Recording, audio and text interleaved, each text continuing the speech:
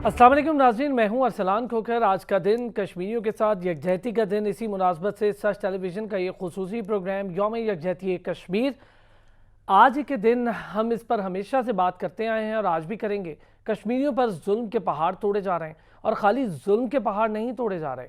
मोदी की हिंदुत्वा सोच, जिसका जिक्र वज़ीर आज़म पाकिस्तान अपनी हर स्पीच में, इंटरनेशनल फोरम्स पर और पाकिस्तान में करते हैं, वो इस कदर अब भारत भर में गालिब आ चुकी है कि वहाँ पर किसान, चाहे वो सिख हो या मुसलमान हो, और वो किसान हो या ना हो, उनका ताल्लुक अक़लियत से हो, मोदी सरकार, उसके गुंडे, उसकी मशीनरी इंसानियत के कत्ल करने के दर पे है। और कश्मीर की सूरत हाल पूरी दुनिया से छुपी नहीं। इंसानियत के चैंपियन जो हमेशा से एक कुत्ता मर जाए तो उसके खिलाफ एक कंपेन पूरी दुनिया में चलाने पर उठ खड़े होते हैं। कश्मीर में हज़ारों की तादाद में, लाखों की तादाद में लोगों का कत्लेआम किया गया, बेगुनाह लोगों को मारा गया। और खाली लोगों को नहीं मारा गया, ये तमाम दुनिया जानती है, पैलेट गन के इस्तेमाल से बच्चों की आंखें ख़त्म की गईं और ख़वातीन की असमत दरी वहाँ पर मामूल है। भारतीय फ़ौज जो कि एक दरिंदा फ़ौज है, एक दहशतगर्द फ़ौज है, और जाहिर है कि उसके पीछे मोदी जैसी घटिया सोच मौजूद हो तो वो दहशतगर्दी और ज़्यादा पनपना शुरू हो जाती है सोच में और मुआशरे में। तमाम तर चीज़ें, अक़वाम मुत्तहिदा का किरदार, बैनुल-अक़वामी बिरादरी का किरदार, पाकिस्तान की काविशें, मोदी सरकार की हठधर्मी और मोदी जैसे घटिया इंसान की घटिया साजिशें, पाकिस्तान में होने वाली दहशतगर्दी, लाइन ऑफ कंट्रोल, और फिर इस पूरे खित्ते में भारत का दहशतगर्दाना किरदार, इस पर आज बात होगी। खुसूसी तौर पर मुझे ज्वाइन किया है शमीम शॉल साहिबा ने, हुर्रियत रहनुमा है। शमीम साहिबा, बहुत बहुत शुक्रिया आपका, आपने हमें वक्त दिया आज इस खुसूसी दिन और खुसूसी प्रोग्राम के मौके पर। Lieutenant general retired Naeem Khalid Lodhi साहब, आप तमाम तर लोग जानते हैं, सीनियर दिफाई तजियाकार हैं, बैनुल-अक़वामी उमूर के माहिर हैं। लेफ्टिनेंट जनरल साहब, आपका भी बहुत शुक्रिया, आप हज़रात ने हमें ज्वाइन किया। शमीम साहिबा, पहले तो जाहिर है पूरी दुनिया जानती है कि क्या कुछ हो रहा है, दुनिया की खामोशी आपके सामने है। आज का दिन पाकिस्तानी कौम हमेशा से कश्मीर के साथ खड़ी है, कोई नई बात नहीं, लेकिन पाकिस्तानी कौम का यह अज़्म है कि जब तक कश्मीर की आज़ादी नहीं हो जाती, और कश्मीर इस पार्टीशन का नामुकम्मल एजेंडा है जो भारत और पाकिस्तान के दरमियान हुकूमत बरतानिया की जानिब से करवाई गई थी, वहाँ पर जुल्म हो रहा है। 18 माह से ज़ायद हो चुके हैं, जबरी पाबंदियाँ, इतना लंबा कर्फ्यू कहीं दुनिया में आपने देखा है कभी? बिस्मिल्लाहिर्रहमानिर्रहीम, बहुत शुक्रिया। तो सबसे पहले रियासत पाकिस्तान का शुक्रिया, यहाँ के तमाम इदारों का, यहाँ की तमाम हुक्मरान जमात से लेके मजहबी, सियासी, जितने भी यहाँ पर जमात हैं, उन सबों का शुक्रिया, और उन लोगों का शुक्रिया जो हमारे साथ खड़े हैं, चाहे दुनिया के किसी भी कोने में। और 5 जो फरवरी है, ये यकजहती कश्मीर, ये असल में एक अज़म का, उस अज़म का इरादा होता है कि हम पाकिस्तानी हैं, पाकिस्तान हमारा है, हम लाज़िम मलज़ूम है, और उससे जो एजेंडा है, जो पाकिस्तान बनते वक्त ज़बरदस्ती गुरदासपुर को पाकिस्तान से छीन कर हिंदुस्तान को एक राहदारी दे दी गई है, उस राहदारी को ख़त्म करने का और उस एजेंडे को पूरा करने का कि एक मुकम्मल पाकिस्तान, मुस्तहकम पाकिस्तान, और जिसकी रियासत जम्मू कश्मीर उसका एक हिस्सा है, उसको मुकम्मल करने के लिए कश्मीरी अवाम हमेशा पाकिस्तान के दिफाई, जो हम इस वक्त एक हर अव्वल दस्ता है, उसका दिफा करते रहेंगे, उसके लिए अपनी जानें कुर्बान कर रहे हैं, और अपनी जगह पर खड़े हैं कि भारत को ये बावर कराया है पिछले 72 सालों से कि कश्मीरियों ने न कभी उनकी हजमनी कबूल की है, न आइंदा कबूल करेंगे। जनरल साहब, आम फहम सा सवाल है, लोग समझते हैं कि बहुत आम सवाल है, लेकिन मेरे ख्याल में ये एक अहम सवाल है, ये आम सवाल नहीं है। कि आपको क्या लगता है, इस दिन को हम मना रहे हैं, सालों से मना रहे हैं, 70 साल से ज़ायद हो चुके हैं, क्या इस दिन को मनाने की अफादियत इतनी है कि दुनिया भर को हम बावर करवाने में कामयाब हुए हैं कि दुनिया में अब कश्मीर के लिए आवाज़ें उठ रही हैं? फिर मैं ज़रा आगे चल के EU डिसइंफो लैब पर भी बात करूंगा, उसकी रिपोर्ट पर भी। जी, जो बात समझने की है वो ये है कि जब इस किस्म के कॉम्प्लिकेटेड पॉलिटिकल इश्यूज हों तो वो कभी अकेली डिप्लोमेसी से हल नहीं होते, सिर्फ मुजाहरे करने से हल नहीं होते, सिर्फ यकजहती दिखाने से हल नहीं होते। इसका ये मतलब हरगिज़ नहीं है कि पाकिस्तान ने सही तरीके से मदद नहीं की है मकबूजा कश्मीर में अपने बहन भाइयों की, या उनके साथ खड़ा हुआ नहीं है। लेकिन ये बात समझने की है कि अगर कोई भी हुकूमत या कोई भी एंटिटी ये चाहे कि सिर्फ डिप्लोमेसी के अंदर रंग भर भर के गहरा कर करके और इंतज़ार करें कि दुनिया आएगी उनके मसाइल हल करने। तो मेरे भाई, दुनिया अपने मसलों में उलझी हुई है, दुनिया हर मुल्क अपने अपने मसले खुद हल करता है। एक आप समझें कि इखलाकी सपोर्ट ज़रूर हो सकती है। अगर हम ये समझें कि इतना एक्सपोज करने के बाद, जो कि बाद में आप बात करेंगे, हिंदुस्तान पर कोई इखलाकी दबाव के अलावा कोई दबाव आएगा, जैसे कोई पॉलिटिकल दबाव या फाइनेंशियल दबाव या मिलिट्री दबाव, तो वो तो होने का नहीं, क्योंकि बड़ा मुल्क है, लोगों के वहाँ पर स्टेक्स इस किस्म के हैं कि वो नहीं होगा। तो फिर क्या होगा? जोर बाजू कश्मीरियों का, जिसके लिए वो बिल्कुल अज़्म के साथ खड़े हैं और उसको शो कर रहे हैं, और पाकिस्तान का उनके साथ इस तरीके से खड़े होना कि उनकी जो भी जद्दोजहद है उसकी मदद की जाए जितनी मुमकिन है। हाँ, ये इस बात का ख्याल ज़रूर रखा जाए कि आप जब भी किसी की मदद करते हैं तो उनसे पूछा ज़रूर जाता है कि आपको किस किस्म की मदद की ज़रूरत है। ऐसा ना हो कि जो मदद वो ना मांग रहे हो आप वो फराहम कर दें, और जो वो मांग रहे हो वो आप ना दे सकें। तो बात ये मेरे भाई कि किसी भी चीज़ को आगे बढ़ाने के लिए डिप्लोमेसी, लॉफेयर, पॉलिटिक्स, मिलिट्री, ये चारों मिलके काम करते हैं। इसमें से अगर आपने कोई एक भी छोड़ दिया तो ये काम नहीं होने का। बड़ी ज़बरदस्त बात कही है। मेरा ख्याल है बहुत अच्छी पॉलिसी लाइन डिफाइन की है लेफ्टिनेंट जनरल साहब ने, ज़ाहिर माहिर हैं इसके। मैम, आपकी पैदाइश मकबूजा कश्मीर, जहाँ पर इंडिया काबिज़ है, वहाँ की, आपने वहाँ अपनी तालीम का आगाज़ किया, वहाँ पर आप दरसो तदरीस से भी वाबस्ता रहीं। वहाँ के हालात जब आप ख़ुद देखते हुए बड़ी हुई हैं, वहाँ पर जाहिर है कि जो मर्दों का किरदार है वो सबके सामने, लेकिन वहाँ ख़वातीन का किरदार भी किसी से ढका छुपा नहीं। मैं चाहूँगा कि ज़रा अपनी भी वो स्ट्रगल जो आप साथ साथ करती रहीं इस हुर्रियत के दौर में, कि जब लोग आगे बढ़ रहे थे, कश्मीर के हक़ की बात कर रहे हैं वहाँ पर तमाम रहनुमा, उसमें ज़रा ख़वातीन के किरदार को भी मैं चाहूँगा थोड़ा एलेबरेट करें। देखिए, जहाँ तक मेरा अपना ज़ाती ताल्लुक़ है, मैं चूँकि होश हवास में ये कोई ऐसा डिसीजन नहीं था, इमोशनल डिसीजन, कि मैंने कश्मीर से बाहर जाके कश्मीर की वॉइस बनना है, ख़वातीन खुसूसन, क्योंकि इस दौरान जब 1990 में रिप्रेशन इतना बढ़ गया कि हमने सिर्फ एक मोमेंट कि हमने पुरअमन जद्दोजहद शुरू कर दी, कि 90 से पहले तक हमने वो हर एक रास्ता अपनाया भारत से पुरअमन तरीके पर इस मसले को हल करने के लिए। लेकिन इस दौरान क्या होता है, बांग्लादेश बन जाता है, पाकिस्तान पर दबाव बढ़ जाता है, और हिंदुस्तान कश्मीर को हड़प करने के लिए बुलर बैराज जैसे प्रोग्राम्स बनाते हैं, पानी पर अब उसने कब्ज़ा करना शुरू कर दिया। तो ये एक नौजवानों के लिए एक चैलेंज था कि अगर तो मकबूजा जम्मू कश्मीर इनकी एक काबिज़ रियासत है ही है, लेकिन पाकिस्तान पर वो जो दबाव बढ़ाने के लिए, उनके तमाम रिसोर्स पर कब्ज़ा करने के लिए इस पानी को भी वो इस्तेमाल करेंगे, तो ये कश्मीर के लिए बहुत मुश्किल फैसला था कि उन्होंने कहा नहीं, एनफ इज़ एनफ। अब 1987 के इलेक्शंस हो जाते हैं। इलेक्शन में ये था कि चलो पुरअमन तरीके से असेंबली के अंदर हम ये जो 370 का है कि ये हम इलाके हम उसको तोड़ देते, लेकिन फिर वो रिगिंग हो जाती है कि वहाँ पर बैलेट बॉक्स से लेके जो इस वक्त हुर्रियत के बहुत सारे कायदीन हैं जिन्होंने इलेक्शन में पार्टिसिपेशन किया, उनको उठा के रातों रात जेलों में भर दिया जाता है। उसके बाद कश्मीरी अवाम ने सड़कों पर निकल के जद्दोजहद का ऐलान जब किया, तो एक ही रात में 47 लाशें एक ही रात में एक ही सड़क पर गिर गई। वो रात मुझे याद कभी नहीं भूलेगी, जब हम रातों को मसाजिद से ऐलान होता है और हम घरों से निकल के खून देने के लिए ख़वातीन जा रही हैं, आ रही हैं। फिर सर्दी का, शदीद सर्दी का मौसम है, इस वक्त -8 टेम्परेचर है, उस वक्त भी बहुत शदीद सर्दी थी, 6 फुट बर्फ़बारी हो चुकी थी, रातों को सर्द वो मतलब शीशे की तरह सख्त हो चुकी थी। लेकिन हमें नहीं पता है घर कहाँ है, बच्चे कहाँ, जुनून में हम घरों से निकले, मर्द और ख़वातीन ज़र। और उसके बाद क्या हो गया, कर्फ्यू लगाया गया। सबसे पहले जो जुल्म हिंदुस्तान ने किया, पुरअमन जद्दोजहद को गलत रंग देने के लिए लोगों को मजबूर किया कि वो हथियार उठा ले। हथियार क्या था, एक छोटा मोटा सा किसी के पास था, पत्थर हो गया, कुछ जाहिर है कि उनको मारा हमारे जाएगा। पास कोई ऐसा कोई मुल्क नहीं था जो हमें पीछे हथियारों की सप्लाई दे देता। लेकिन कश्मीरी लोगों ने जब उठ खड़े हुए तो 30 साल से भारत को ये रास्ता दिखाया है कि आप कश्मीर को इस तरह से हड़प नहीं कर सकते।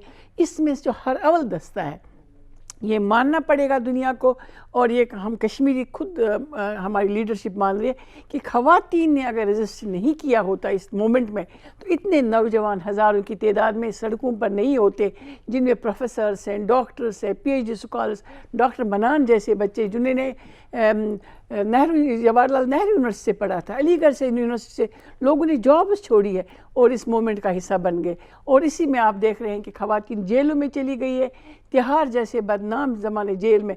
इस वक्त अगर आयशा इंद्राबी साहिबा अपने दो साथियों हमीदा और नसरीन के साथ बंद है, इससे पहले आप देखिएगा ज़मुर्द हबीब साहिबा ने जो हुर्रियत कॉन्फ्रेंस की पहली ख़वातीन ये एक ऑर्गेनाइजेशन के तौर पर इसमें शामिल हो गई, 6 साल उसने उस बदनाम जेल में गुजारे। और फिर उसका जो डॉक्यूमेंट है वो हिंदुस्तान के लिए एक FIR की हैसियत रखता है, किस तरह से पनिशमेंट दी गई कि ख़वातीन जो हौसला है, इस रीढ़ की हड्डी है इस मोमेंट का, उनका हौसला तोड़ा जाए, उनको या घरों में बंद किया जाए या घरों से बाहर निकलने की इजाज़त नहीं हो। तो एक डिसीजन लेना था कौमों में, वक्त एक आ जाता है कि आपने फ़ैसला करना होता है। जॉब छोड़नी पड़ी, घर छोड़ना पड़ा, छोटा सा एक मसला था इंसानी अगर नुक्ते नज़र से देखेंगे। मेरे लिए मुश्किल था, मैं घर में एक अकलौती बेटी थी, अपने वालिद का एक वो कहते हैं हेल्पिंग हैंड। जब मुझे घर छोड़ने के लिए मुश्किल ये था कि मैं उनको कैसे छोड़ूं, लेकिन वही वालिद थे जिन्होंने सारे अहल अयाल को कहा कि नहीं, ये रास्ता ही ऐसा है जिसमें सबों को पार्टिसिपेट करना है। तो हम घर छोड़ के इंटरनेशनली पाकिस्तान के अंदर, पाकिस्तान से बाहर कश्मीर काज को लेके, खुसूसन जो ख़वातीन के साथ जुल्म हो गया 90 की दहाई में, जनवरी में 6 मैसेकर्स हो गए, गाँव कदल मैसेकर। रातों को घरों में घुस गए आर्मी फौजी अपने गुंडों को लेके और ख़वातीन को हरास करना शुरू कर दिया, बेहरमती शुरू कर दी। मर्द उनकी सपोर्ट के लिए आए तो आपको पता है 35 लाशें गिरी और फिर उनको दिया भी नहीं गया। एक बंदे ने दूसरे बंदे को, फारूक अहमद नामी एक नौजवान ने 32 गोलियां अपनी सीने पर खाई। उसके बाद सोपोर मैसेकर हो जाता है, उसके बाद आप देखिए कितने मैसेकर्स हो गए। फिर कुलन पोशपोरा जैसे वाक़ा, जब यह वाक़ा हो जाता है 6 दिन तक लोगों को इसकी रिपोर्ट करने की इजाज़त नहीं है। वहाँ का SHO, वहाँ का मजिस्ट्रेट, वहाँ का DC कोई इजाज़त नहीं दे रहा है। जिस वक्त ये घरों में ये कहानी कुलन पोशपोरा की आई, इट वाज मतलब सरप्राइजिंग नहीं था, शौक था। तो फिर फैसला किया कि नहीं, कोई तो घर से बाहर निकले, बाहर से कोई अंदर नहीं आ रहा है, इंटरनेशनल कम्युनिटी को इजाज़त नहीं है, दिल्ली से लोग नहीं हमें सपोर्ट नहीं कर रहे हैं, पाकिस्तान के पास ये खबरें नहीं पहुंच रही हैं क्योंकि हम आयरन कर्टन्स के अंदर रहते हैं, हमारे पास कोई कम्युनिकेशन लाइन नहीं है, हम दुनिया के साथ कोई राब्ता नहीं है। तो चंद लोगों में से मैं भी एक थी, मेरी फैमिली थी, मेरे हस्बैंड थे, हम उठे अल्लाह का नाम लेके और फिर वो दिन और आज के दिन हमने पीछे मुड़ के नहीं देखा। लेकिन पीछे जो हमने गंवाया है बहुत ज़्यादा, हमने इसमें अपना असासा जो है, अपने लोग, अपने बहन भाई, अपने रिश्ते, सब कुछ कश्मीर ने इस पर कुर्बान किया। और ये इतनी मोमेंट, अजीम मोमेंट है कि पाकिस्तान की दिफाई लाइन में जो सबसे मजबूत लाइन है वो कश्मीरी लोग। ऐसी ही बात है लेफ्टिनेंट जनरल साहब, ऐसी लातादाद स्टोरीज, और जाहिर है कि हमारे साथ खुद एक जीती जागती तस्वीर मौजूद है, ऐसी कई स्टोरीज हैं। सर, अक़वाम मुत्तहिदा की करारदादी की एक अजीब मजाक सी बात है कि अक़वाम मुत्तहिदा की करारदादों के बारे में हमेशा बात हो जाती है। मैं ज़रा एक छोटे से ब्रेक पर जाता हूँ सर, वापस आऊँगा तो आपका इस पर व्यू लूँगा कि अक़वाम मुत्तहिदा की करारदादें, उस पर हम हमेशा बात करते हैं, ये मुझे कुछ मजाक सा लगता है, लेकिन हकीकी मानों में हमारी गवर्नमेंट भी और तमाम तर लोगों का कहना है कि इस पर ही अमल दरामद हो तो कश्मीर का मसला हल हो सकता है। वापस आते हैं तो फिर बात करते हैं इस पर।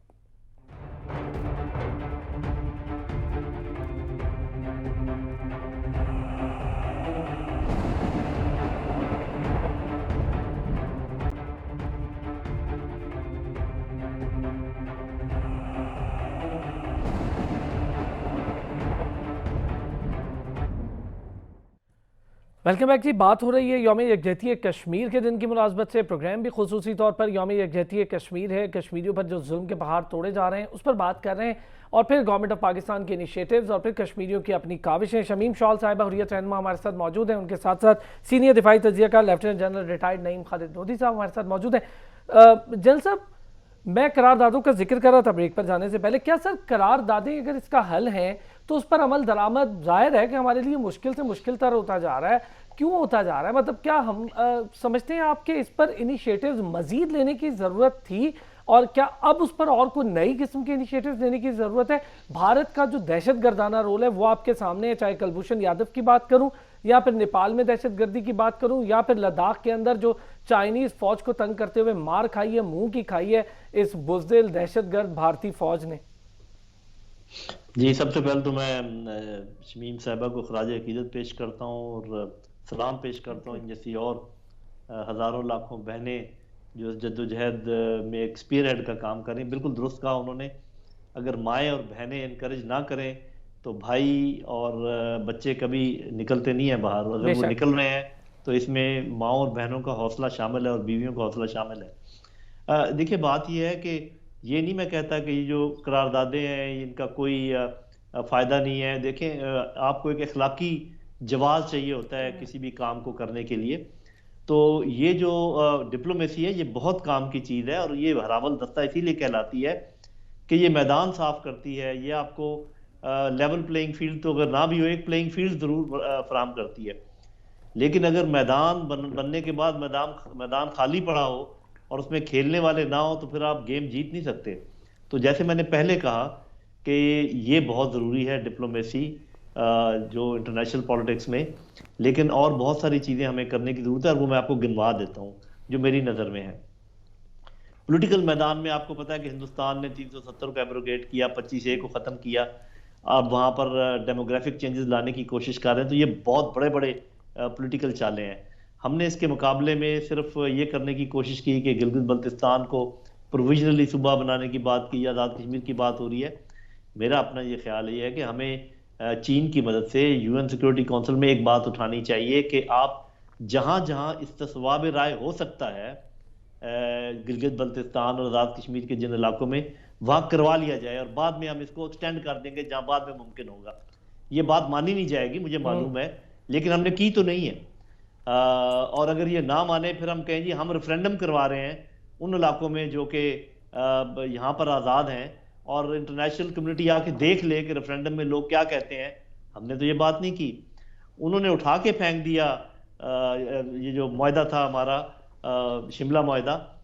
हमने उसकी हम आज तक भी उस पर कायम है, ना जाने क्यों। कोई गवर्नमेंट इन एग्जाइल की बात हमने नहीं की कि कश्मीरियों को एक आवाज़ देने के लिए वो आज़ाद कश्मीर के कुछ बहन भाई उसकी मुखालफत करते हैं, हालांकि इस पर बहस तो होनी चाहिए। लॉफेयर में जितनी अभी हमें मालूमात हासिल हुई हैं, इनको प्रोसिक्यूटेबल एविडेंस बनाकर हमें मुख्तलिफ प्लेटफॉर्म पर जाना चाहिए जो इंटरनेशनल है, ह्यूमन राइट्स के हैं या जस्टिस के हैं।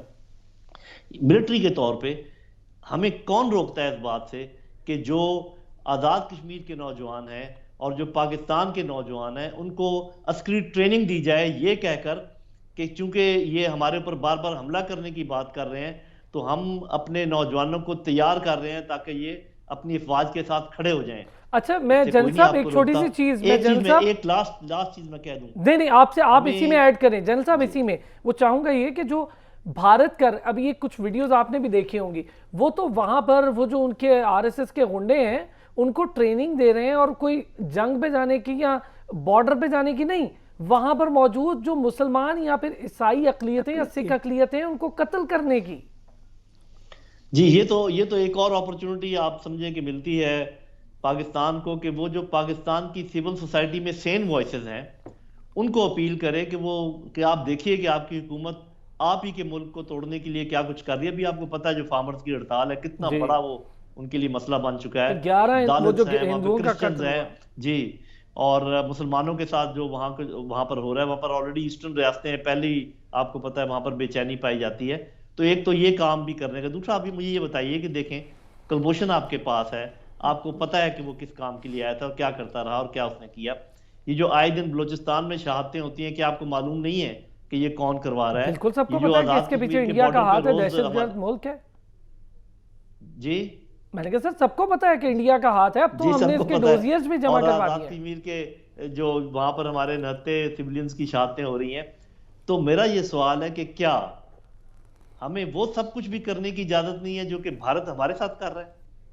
इसमें कौन सी, तो ये डिप्लोमेसी की अपनी जगह, लॉफेयर अपनी जगह, पॉलिटिकल अपनी जगह, हमें देखना चाहिए कि क्या हम इतने गए गुजरे हैं कि हमारे माओ बहनों की असमतें लुट रही हों, हमारे बेटों बच्चों को शहीद किया जा रहा हो, हमारे ऊपर हमला आवर हो रहे हो, और हम दुनिया को पुकार रहे हो कि आओ देखो हमारा तमाशा और आके हमारी मदद करो।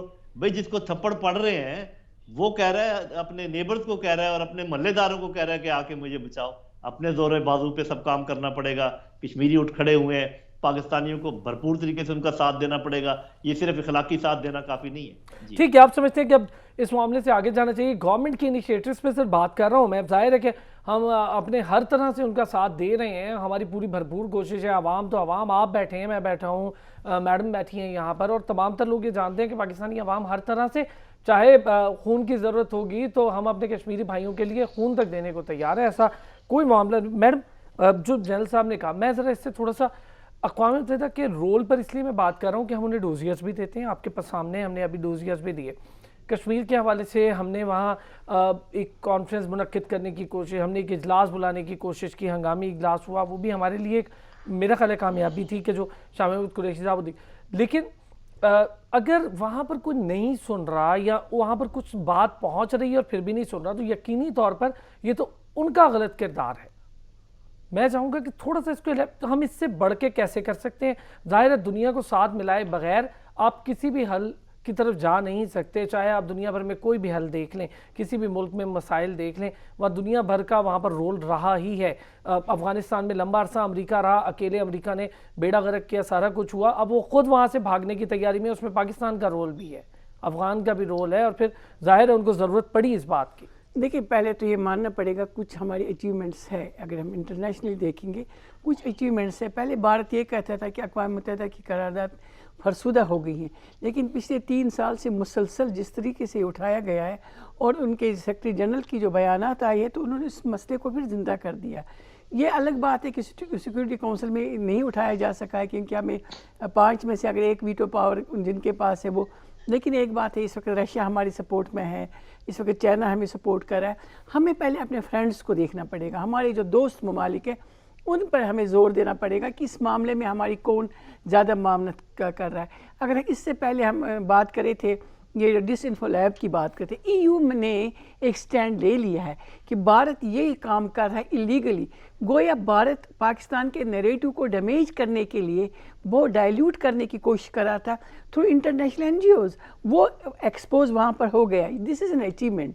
और उसके बाद आप इसी यूनाइटेड नेशन का जो ह्यूमन राइट्स काउंसिल है, इसमें मुसलसल तरतीबवार 2 रिपोर्ट्स आई हैं, और दोनों रिपोर्ट्स में अगर आप देखेंगे 8 पेज सिर्फ इंडिया के उनने देखिए, और वो डायरेक्ट उनकी इन्फॉर्मेशन नहीं है कि उनके वहाँ पर नुमाइंदे गए हैं, वहाँ पर स्पेशल रिपोर्टर्स गए, नहीं, ये तो उन्होंने कुछ लोगों से, कुछ अखबारात से, कुछ NGO से वो रिपोर्ट्स ले लिया। अगर एक बार अक़वाम मुत्तहिदा के इन इदारों को वहाँ जाने की इजाज़त मिल जाएगी, जाने नहीं दे रहे, लेकिन उसके बावजूद रिपोर्ट इतनी कंप्रेहेंसिव है, जिसमें सबसे पहले जो है, मैंने जो उसकी पहले चेयरपर्सन रही है कमिश्नर फॉर ह्यूमन राइट्स, मैंने जब उनसे मिचल से बात की है, मैंने उनसे क्वेश्चन किया था, मैंने कहा था आपके 3rd पॉइंट ये है कि ख़वातीन पर जो जुल्म है इसको रोका जाए, रोकने के लिए आपने क्या इनको कहा कि ये इक़दामात करें, तो वो उनका एक रिवायती बयान है कि इजाज़त नहीं मिलती है। लेकिन हम फिर अक़वाम मुत्तहिदा से ये पूछते हैं कि अगर आपको ईस्ट तैमूर के लिए किसी की इजाज़त नहीं चाहिए थी, आपको साउथ सूडान के लिए एक्शन लेने के लिए किसी, यहाँ क्या मामला है? असल में ये कॉरपोरेट इंडिया का जो ये इकोनॉमिक टाइज़ है दुनिया के साथ, इसने भी बेड़ा गर्क कर दिया। लेकिन आहिस्ता आहिस्ता आप देख रहे हैं कि जितने भी ममालिक इस रियासत के साथ लगे हैं, इंडिया के साथ अपने दोस्त ममालिक है, नेबर्स थे, कितने हालात ख़राब है। नेपाल को देखे, श्रीलंका को देखे, इवन बांग्लादेश जो उनके लिए अब सरदर्द बन चुका है, फिर चाइना देख ले, उससे इतना खौफजदा है, और फिर अफगानिस्तान जहाँ पर उनकी रॉ बैठी है, उसने अफगानिस्तान में अमन नहीं होने दिया। ये तो 80s की बात है, हम सुनते थे कि ये अफगानिस्तान में पाकिस्तान के खिलाफ क्या कर रहा था। लेकिन एक बात यह है कि आहिस्ता आहिस्ता दोस्त ममालिक को भी समझ में आ रहे हैं कि हजमनी अपनी जगह, इकोनॉमिक पावर अपनी जगह, लेकिन ये सारा इसी का सिलसिला नहीं चलता है। कुछ लोगों के, कुछ रियासतें ऐसी होती हैं जिनके डिफेंस के लिए उनको आना पड़ेगा। पाकिस्तान उस जगह पर वाक़ा है, आप इसकी तो देखिए, यहाँ पर उनको ज़रूरत हर वक्त पड़ती है। और कायद-ए-आज़म का ये कॉल कि मिडल ईस्ट के लिए और यहाँ की जो नेबर्स है, उन रियासतों के लिए, मुस्लिम उम्मा के लिए, पाकिस्तान को अल्लाह ने खुद बना लिया। ये अगर कायद-ए-आज़म की काविशें हैं, तो अल्लाह की मसलत है कि ये मुल्क अब हमारी डिफेंस के लिए बना है। तो इसके लिए ज़रूरी है कि अगर अक़वाम मुत्तहिदा पर आपको प्रेशर डेवलप करना है, तो आपने पहले अपने दोस्त ममालिक को ढूंढना है। और इसके लिए एक बहुत अच्छा, अनफॉर्चुनेटली कहना पड़ता है, OIC ममालिक में जो चंद हमारे कॉन्टैक्ट ग्रुप में ममालिक है, जैसे आज़रबाईजान है, सऊदी अरबिया, टर्की है, तो हमें और ममालिक से राब्ते बढ़ाने की ज़रूरत है। इंशाअल्लाह देखिए हम नाउमीद नहीं हैं, ये जंग हम जीतेंगे। मॉरली तो हम जीत चुके हैं, बेशक हम नहीं बेशक जीत मॉरली चुके हम होते जीत चुके। मैं जरा जनरल साहब का मैम इस पे एक कमेंट, जनरल साहब तुर्की और मलेशिया ने बड़ा इनिशिएटिव लिया था, आप समझते हैं कि हमें इस तरह के जो हमारे लाइक माइंडेड दोस्त ममालिक हैं, जो खासतौर पे मुस्लिम कंट्रीज हैं, उनको साथ लेके अब आगे बढ़ना चाहिए? जी, इसमें तो कोई शक व शुबे की गुंजाइश नहीं है और हमें देख लेना चाहिए कि ठीक है, पुरानी दोस्तियां भी हैं, नए अगर अच्छे गहरे दोस्त बनते हैं उनकी वो उसको और मजबूत करना चाहिए, लेकिन उसके लिए ये भी ज़रूरी है कि हम अपने अंदर भी यकजहती पैदा करें, एक सॉलिडारिटी पैदा करें, जरूरी है। क्योंकि जैसे कि अल्लामा इकबाल ने कहा था कि हो सदाकत के लिए जिस दिल में मरने की तड़प, पहले अपने पैकरे खाकी में जान पैदा करे। तो जान जो है वो पैदा करने की ज़रूरत है। और जहाँ तक काविशें हैं, इसमें कोई शक नहीं, बहन बिल्कुल ठीक कह रही है कि बहुत पाकिस्तान हमेशा से खड़ा रहा है इनके साथ, लेकिन एक चीज़ जो सोचने की है वो ये है कि भारत कई दफ़ा टेबल टॉक्स के लिए आया है कश्मीर के मसले पर भी, आपको भी पता है, लेकिन वो किन किन मौक़ों पर आया है? 47, 48 जब उसको सर खुद कश्मीरी बढ़ जरूरत रहे थी, थे, अपने जब बढ़ अपना रहे थे मफाद था। श्रीनगर की तरफ। जी अच्छा जनरल साहब, एक चीज़ थोड़ा सा मैं इसमें आपके, मैं गुज़िश्ता रोज़ कोशिश कर रहा था कांटेक्ट करने की मीरवाइज़ उमर फ़ारूक साहब से। मीरवाइज़ उमर फ़ारूक साहब को इस तरह से हाउस अरेस्ट किया गया है, नज़रबंद किया गया है कि उनको ना तो मोबाइल फ़ोन की इजाज़त है, चले मोबाइल फ़ोन तो और दूर की बात, लैंडलाइन तक की उन्हें इजाज़त नहीं, मतलब उनका कांटेक्ट तोड़ दिया गया है दुनिया से। सेम मामला आपको पता है कि लंबे अरसे से जेल में रखा गया यासिन मलिक को, और पता नहीं किस तरह के जिस्मानी टॉर्चर का वो एक बार फिर बल्कि मुतादिद बार सामना कर चुके। इसके साथ साथ कई लोग वहाँ तिहाड़ जैसी बदनामे ज़माना जेल में मौजूद है, आसिया अंद्राबी साहिबा वहाँ पर मौजूद हैं। मैं आप थोड़ा सा, मैं इस पे चाह रहा हूँ कि जहाँ पर कुत्ता मरने पर पूरी दुनिया में कैंपेन चला देते हैं ये हुकूक के चैंपियंस, इन्हें इंसानी हुकूक की बात करते, कुछ थोड़ी सी शर्म दिलाने की ज़रूरत है दुनिया भर को कि भाई इंसान मर रहे हैं।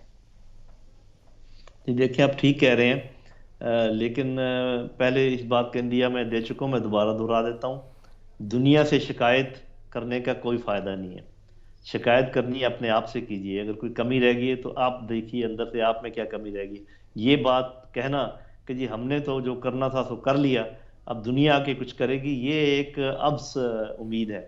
जो हमने बड़ी कामयाबियां हासिल की हैं, जैसे हमारी बहन कह रही है, दुनिया को पता चल गया है कि कश्मीर का मसला क्या है, दुनिया को ये भी पता चल गया है कि वहाँ पर जो मूवमेंट चल रही है उसका टेररिज्म से कोई ताल्लुक नहीं है, लेकिन पाकिस्तान को कुछ और बढ़कर करने की जरूरत है। अच्छा मैं जनरल साहब एक छोटा सा ब्रेक लेता हूँ, जनरल साहब आप हमारे साथ रहे, शमीम शॉल साहब हमारे साथ मौजूद है, एक छोटा सा ब्रेक लेता हूँ, वापस आऊँगे तो जरा आप EU डिसइंफो लैब और फिर जो भारत की दरअंदाजियाँ और दहशतगर्दाना रोल ख़ासतौर पे बढ़ा है लाइन ऑफ कंट्रोल की जानिब भी, और फिर गिलगित बल्तिस्तान में एक प्रॉक्सी वार का सिलसिला जो शुरू कर रखा है भारत ने, और वहाँ पर नौजवानों को भारत जो टारगेट कर रहा है उस पर भी एक बात करते हैं। वापस आते हैं तो इस पर बात करते हैं ब्रेक से।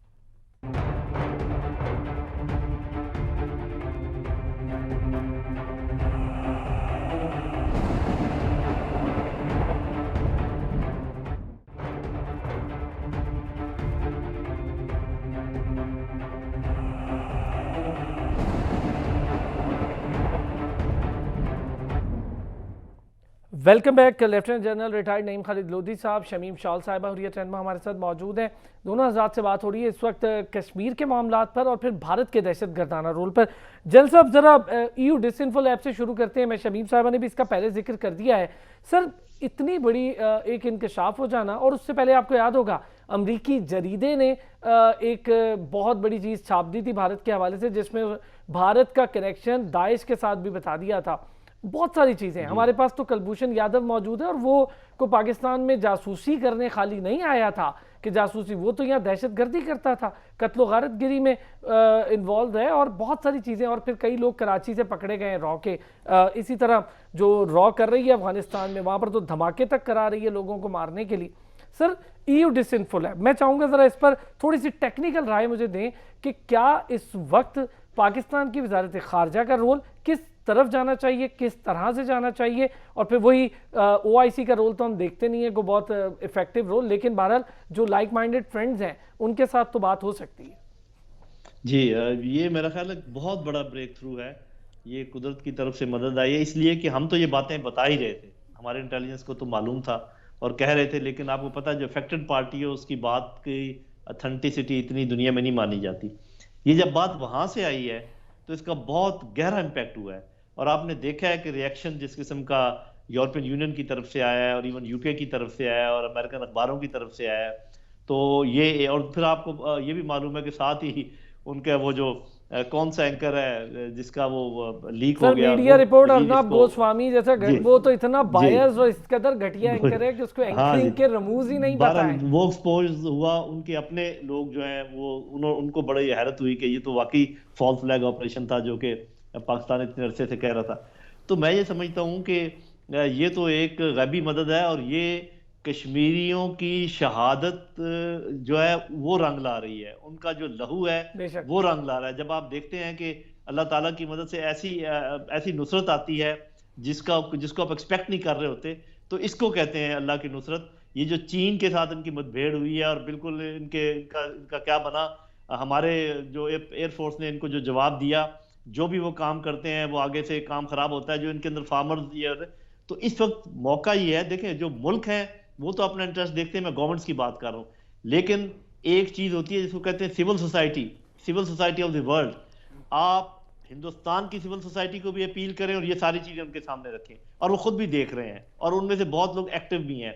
आप जो जितने P5 ममालिक हैं, अगर उनकी गवर्नमेंट्स नहीं भी हिलती, जो कि साफ ज़रा वो बातचीत तो कर रहे हैं, आप उनके अवाम, उनकी सिविल सोसाइटी को अपील करें, क्योंकि वही अपने हुक्मरानों को लेकर आते हैं। इससे बहुत बड़ा फर्क पड़ सकता है। तो मैं समझता हूं कि कमर कस लेनी चाहिए फॉरेन ऑफिस को और जगह जगह ये बात फैलानी चाहिए और गवर्नमेंट्स के साथ भी बात करनी चाहिए और लोगों के साथ भी बात करनी चाहिए।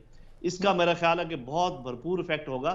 और जैसे मैं पहले कहा, ये सारी काविशें एक मैदान हमवार करेंगी, उसके बाद आप में खेलने की अहलियत भी होनी चाहिए। जी मैम, इसी पर मुझे आपका कमेंट भी चाहिए। दहशतगर्दाना रोल बड़ी तेज़ी से बढ़ा है भारत का, और खाली पाकिस्तान नहीं, खित्ते के लिए सारी दुनिया अब इस पर आगे, जिसका जिक्र जनरल साहब ने भी कर दिया है। मुझे ये बताएं कि इस वक्त जो हालात इंसानी अक़दार को पामाल करने के, ये हम दुनिया को बता रहे थे, अब दहशतगर्दी की तरफ, मुल्कों की तबाही की तरफ, वहाँ पर अपने दहशतगर्द प्लांट करने की तरफ बड़ी तेज़ी से भारत गया है। और ये घटिया रोल भारत का बहुत लंबे अरसे से, कोई नई बात नहीं है।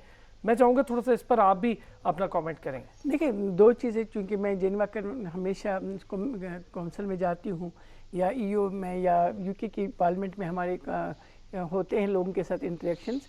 यहाँ जो जो भी पाकिस्तान से उन्होंने पिक किए थे लोग, उनको असलम दिलाने में हिंदुस्तान का हाथ है, ताकि वो पाकिस्तान के ख़िलाफ़ इस्तेमाल हो जाए।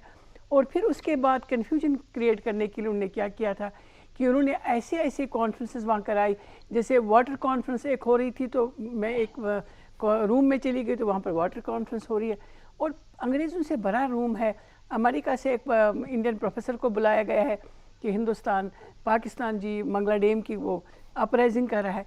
अच्छा, ऐसी ऐसी स्टोरियाँ बता रहे हैं, तो मुझे पहले समझ में नहीं आई कि हो क्या रहा है। जब 5-10 मिनट के बाद मैं टेबल पर गई, मैंने पेपर उठाए, यही NGO जो इसमें इसमें आई, यही 4-5 नाम, मैं नाम नहीं लूँगी, उन लोगों का आज़ाद कश्मीर से उनका ताल्लुक़ है।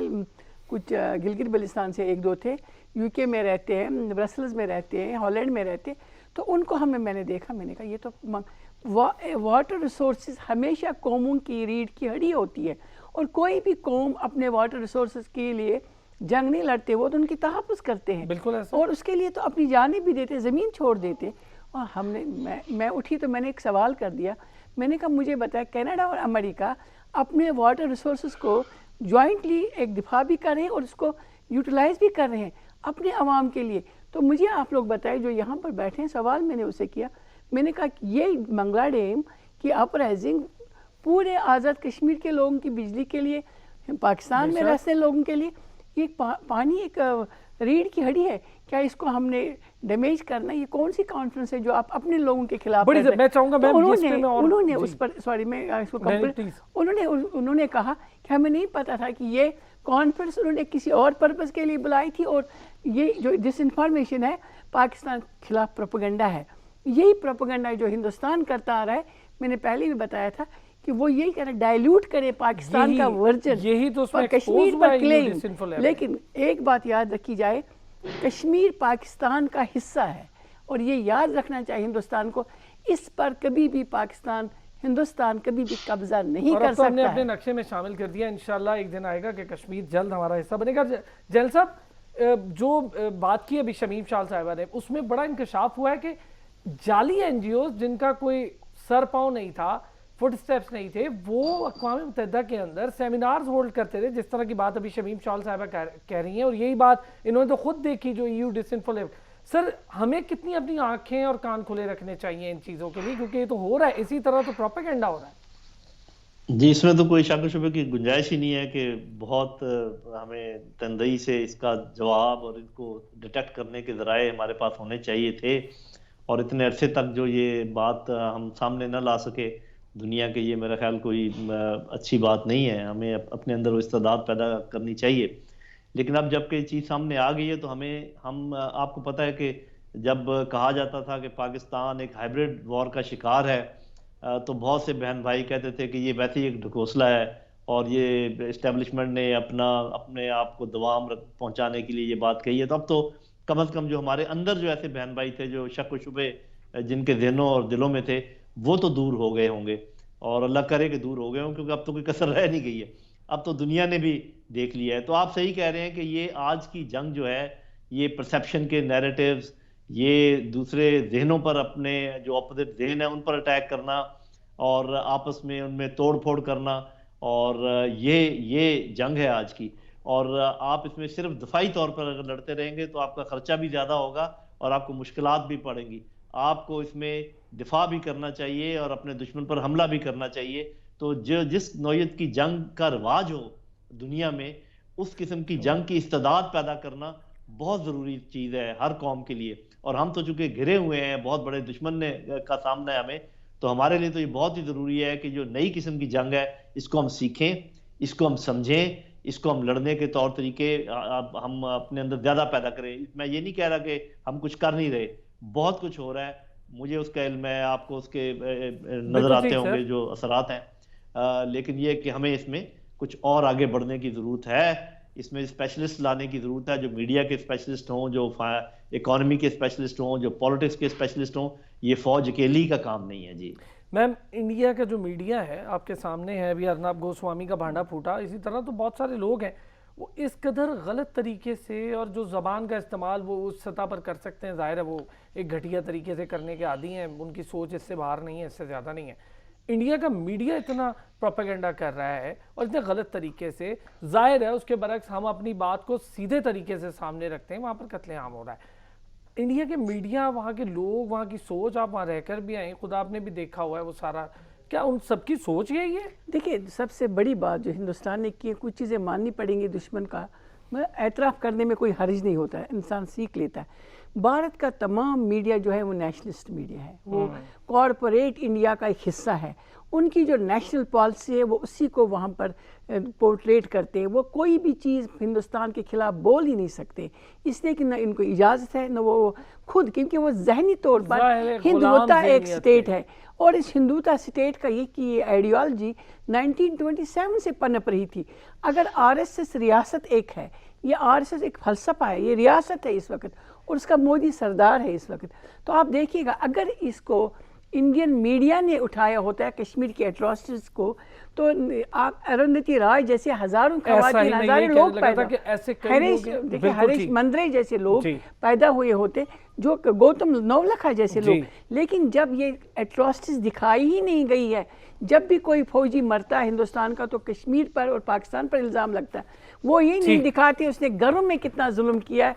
अगर एक बार हिंदुस्तान का मीडिया ये बायस ना होता से बाहर आ जाए, खुदारा इंसानी कदरों की, लेकिन आप सॉरी में एक सेकंड जी, कि पाकिस्तान के मीडिया को कश्मीर की वॉइस बनना है, चाहे आपका प्राइवेट मीडिया है, चाहे पाकिस्तान का टेलीविजन चैनल, क्योंकि अगर आप हमारी वॉइस नहीं बनेंगे तो हम अपनी बात कैसे बाहर तक ले आएंगे। बहुत बहुत शुक्रिया शमीम शाल साहिबा, हुर्रियत रहनुमा हमारे साथ मौजूद थी। Lieutenant general retired Naeem Khalid Lodhi साहब, सीनियर दिफाई तज्जियाकार हमारे साथ मौजूद थे। दोनों हज़रात का बहुत शुक्रिया।